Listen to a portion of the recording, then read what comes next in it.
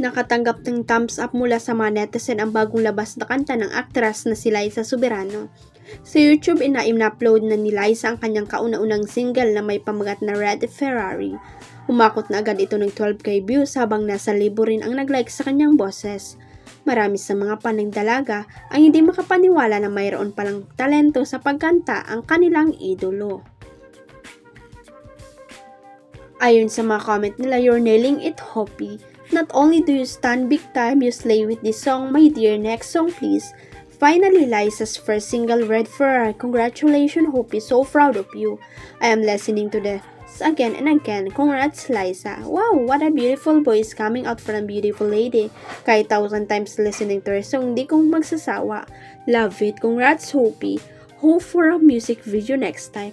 Oh my god, I never expected this. Been a fan of her since 2014 and 15 along with my friends. May chemistry pala sina Joshua Garcia at Ivana Alawi. Nagulat nga ang mga netizen na magtatambal ang dalawa at hindi inaasang swak sila para sa isa't isa. Ito ay matapos i-upload sa social media ng Dreamscape Entertainment ang teaser video para sa bagong palabas na Love is Never Gone. Mas namangha pa nga ang mga manonood dahil kinunan ang teleserye sa Morocco.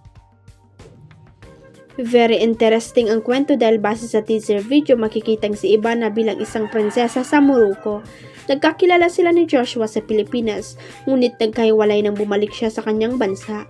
Sinundan siya ni Joshua at nagkaroon ng tensyon sa pagitan nila.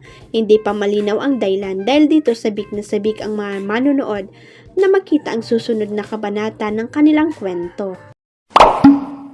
Huwag kalimutang i-click ang subscribe button at i-ring ang notification bell para sa latest at legit chika updates.